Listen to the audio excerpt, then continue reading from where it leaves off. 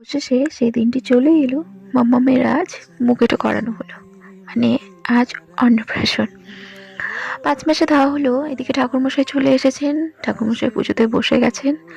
আর ছোট দিনের বেলা সময়ের সঙ্গে একদম তাল গুলিয়ে পেকে যাচ্ছে, যেহেতু ছোট্ট বাচ্চাকে ম্যানেজ করে সবকিছু করা না অনেক চাপের ব্যাপার। ওদিকে স্নানের জল রেডি করা হয়ে গেছে, মাম্মামকে স্নান করানো হবে। ছোট্ট করে এই আয়োজন আমাদের বাড়ির কয়েকজন মিলেই। তোমরা জানোই যে বেশিরভাগ প্রোগ্রামগুলো আমরা বাড়ির কয়েকজন মিলেই করি। আর আমাদের এখানে নিয়ম আছে যে পিসিকেই স্নান করাতে হয়, তাই মাম্মাম বসে পড়েছেন। টুকটুক করে দেখো কি সুন্দর দেখছে। হলুদ মেখে মাম্মাম আজকে স্নান করবে। তারপরে ওইদিকে ঠাকুরমশাই যেহেতু বসে গেছেন, এদিকে তাড়াহুড়ো দেরিও হয়ে যাচ্ছে, তাই তাড়াতাড়ি করে হলুদ মেখে স্নান করে নেবে।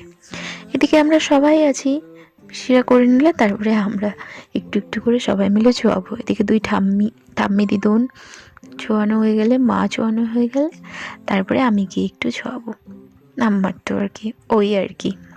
এই যে সবাইকে একসঙ্গে ক্যামেরা বন্দি করানো হলো, এইটুকু যে কয়জন আমরা আছি, যে বড় হলে সে তার এই ভিডিও ক্লিপগুলি যদি আমার পেজের থেকে থাকে অবশ্যই সে দেখবে।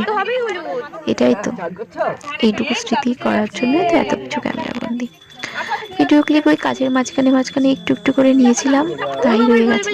কি সুন্দর স্নান করছে দেখো, এক ফোঁটা কান্না নেই, কোনো জেদ নেই, কিচ্ছু নেই, শান্ত মনে সে স্নান করে গেল। তারপরে স্নান করে গাটা শুকিয়ে নিয়ে কোনো রকম পুজোর এখানে চলে এসেছে। ঠাকুরমশাইকে এখানে বস্ত্রটি তুলে দিচ্ছি, তাকে নাকি তুলে দিতে হয় হাতে, উনি বললেন তাই তুলে দিলাম। তাড়াতাড়ি করে ওদিকে হয়ে গিয়ে আমরা মাম্মামকে নিয়ে চলে গেলাম কালীবাড়িতে। দুর্ভাগ্যবশত আমার ভিডিওটি ওখান থেকে ডিলিট হয়ে গেছে, আর এখানে আমরা অন্য আর একটা জায়গায় এসেছি।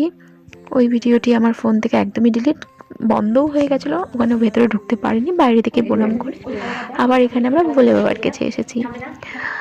আমার মাম্মাম আজকে ভোলে বাবার কাছেই আসবে, ভোলে বাবার প্রসাদ নেবে, তাই হয়তো আজকে ওখানে আর যাওয়া হয়নি। অনেকটা দেরি হয়ে গেছে তো বন্ধ হয়ে গেছে।